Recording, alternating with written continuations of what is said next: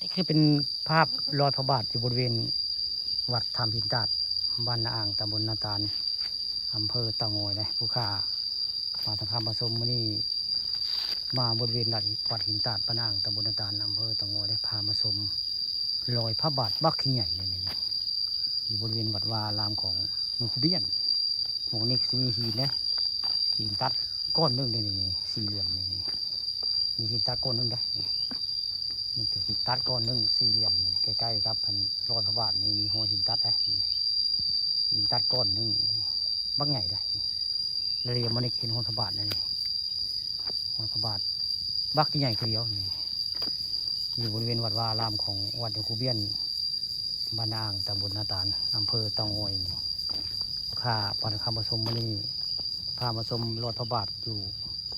บริเวณวัดหลวงปู่เบี้ยน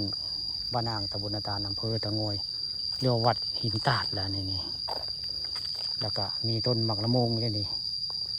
แต่หมากบุบีได้นี่มีแต่ใบได้หมากบุบีหมากละโมงอยู่บริเวณใกล้ๆกับรอยพระบาทนี่มีแต่ใบนะบ่มีหมากย่องนี่ถ้ามันมีหมากก็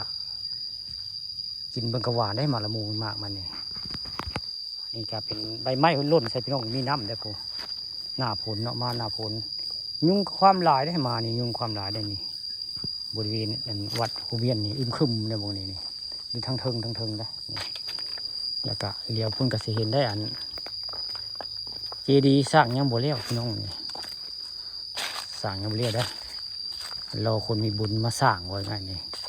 ไผเนาะสิมีบุญมาสร้างเจดีย์มาเลี้ยวนี่อันนี้คูเบียนเพิ่นสร้างแล้วบ่เลี้ยวพี่น้องนี่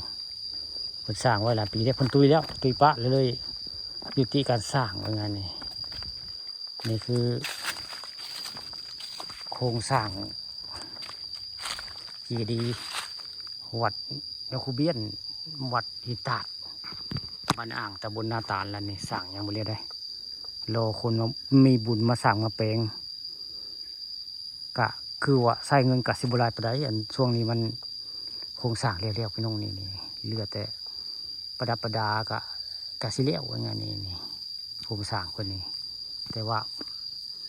ผู้มีบุญเวลามาสั่งมาเปลงจังสิเรียวได้อันเจดีย์วัดหลวงปู่เบี้ยน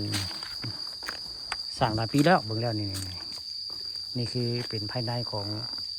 เจดีย์วัดหลวงปู่เบี้ยนได้นี่ผู้ข่าพาคำมาชมพามาชมเจดีย์วัดหลวงปู่เบี้ยนสั่งยังบ่เรียวได้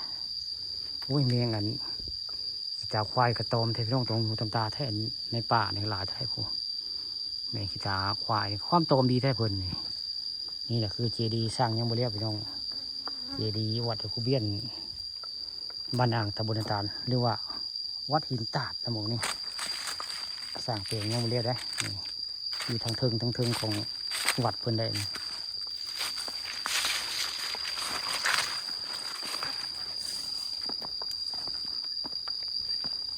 มื้อนี้มาผู้เดียวได้หมดนี้เสียงยาแห่งยามเพิ่นบ่ว่างเพิ่นเลยมันมาลุง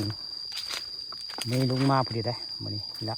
หลานเคยอยู่หลานทรายบ่ได้มาพี่น้องหลานทรายเสียงยะบ่ได้มาได้มื้อนี้มาแต่ป่าทองคำผสมมาผู้เดียวมาเอาภาพรอยพระบาทวัดถ้ำหินตาดบ้านนาอ่างรอยตีนเปิดเจ้ออยู่เลยนี่